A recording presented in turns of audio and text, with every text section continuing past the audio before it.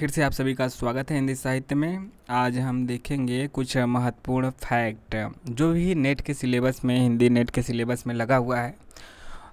उसको ज़रूर आप देखिएगा। जो खंड, कितने खंड में कौन सी रचना है, यदि खंड में बटी है, भाग में बटी है, सर्ग में बटी है, या फिर कितने चैप्टर हैं, कितने अध्याय हैं, तो वहाँ से क्वेश्चन आते हैं, उसका क्रम भी आता है।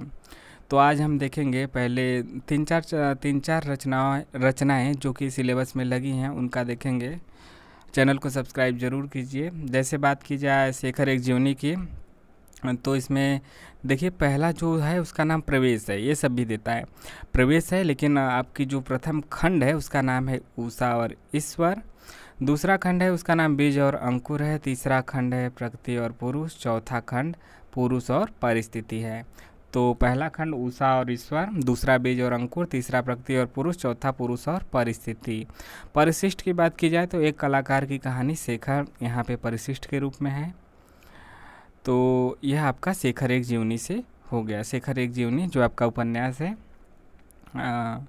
ठीक है, आगे का, उसका हम लोग यहाँ पे देखें कि क्या क्या पहले, दूसरे, तीसरे और चौथे खंड, 4 खंडों में बटा है, उसका क्या क्या नाम है वह देख चुके हैं। अब देखेंगे एक साहित्य की डायरी का जो अनुक्रम है, जो चैप्टर है, वह कितने चैप्टरों में बटा है, उन चैप्टरों का नाम। क्योंकि पिछली परीक्षा में जो अभी हुआ था आपका, इसमें वह क्रम से लगाने के लिए दे दिया था कि पहले से बाद के क्रम में लगाइए। तो देखिए यहाँ पे नंबर हमने दे दिया है, कुल 13 चैप्टरों में है, और सभी चैप्टर के नाम देखेंगे। और नाम तो हमें याद रहना है और इसी क्रम से याद होना है, जिस क्रम से दिया है। तो देखिए पहले है यह आपका एक साहित्य की डायरी, गजानन माधव मुक्तिबोध की रचना, नेट के सिलेबस में लगी हुई। तो तीसरा क्षण है, पहले चैप्टर का नाम क्या है, तीसरा क्षण। दूसरे चैप्टर का क्या नाम है, एक लंबी कविता का अंत। तीसरा का है डबरे पर सूरज का बिंब। चौथे चैप्टर का नाम है हाशिए पर कुछ नोट्स। पाँचवें का नाम है सड़क को लेकर एक बातचीत। छठवां चैप्टर का नाम है एक मित्र की पत्नी का प्रश्न चिन्ह। सातवें का नाम है नए की जन्म कुंडली 1।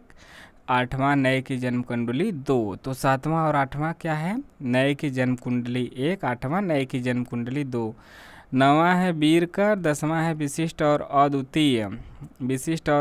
11 है कुटुयान और काव्य सत्य। 12वां है कलाकार की व्यक्तिगत ईमानदारी 1, और 13वां है कलाकार की व्यक्तिगत ईमानदारी 2। तो 7वां 8वां में है ऐसा, नए की जन्म कुंडली 1, नए की जन्म कुंडली 2, 7, 8 है। फिर उसी तरह 12, 13 भी एक ही जैसा है, कलाकार की व्यक्तिगत ईमानदारी 1, कलाकार की व्यक्तिगत ईमानदारी 2। तो इस प्रकार से यहाँ पे दिया हुआ है।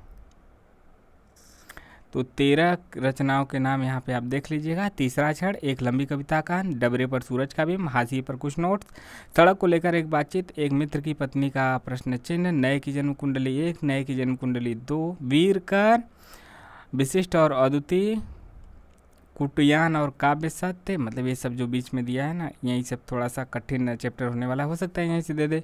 वीरकर 9वां है, 10वां विशिष्ट और अद्वितीय, 11वां कुटुयान और काव्य सत्य। फिर इसके अलावा 12, 13 तो एक ही है।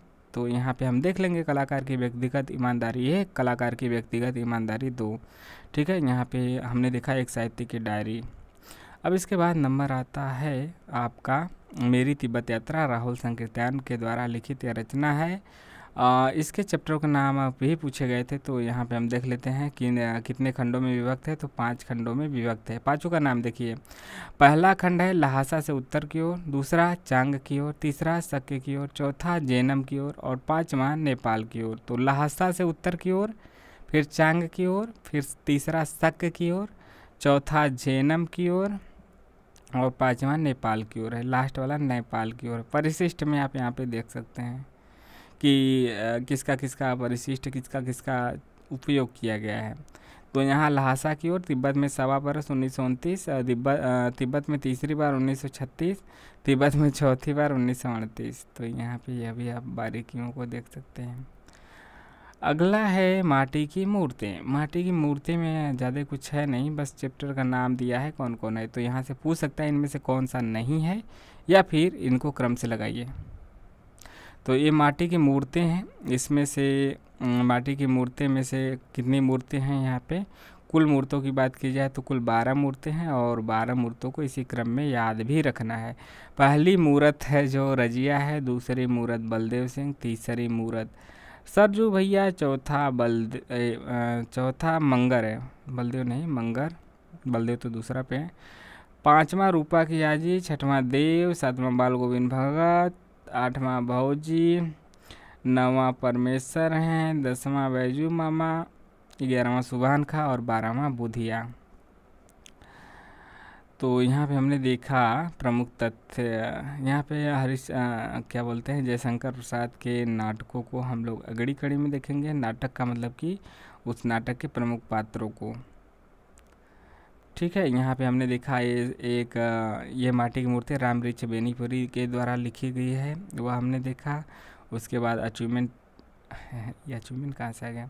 इसके बाद हमने एक तिब्बत यात्रा, मेरी तिब्बत यात्रा राहुल सांकृत्यायन वाला देखा, उसके खंडों को क्रम से देखा, और एक साहित्य की डायरी को हमने क्रम से देखा। यहाँ पे 13 क्वेश्चन है। और उसके बाद सबसे पहले हमने देखा उषा और ईश्वर, यानी कि जो शेखर एक जीवनी है, उनके रचनाओं को। तो मतलब शेखर एक जीवनी यज्ञ की जो रचना है उसमें हमने उनकी रचना को देखा, शेखर एक जीवनी। तो आपको कैसा लगा ज़रूर बताइए। मिलते हैं नेक्स्ट वीडियो में। जय हिंद, जय भारत।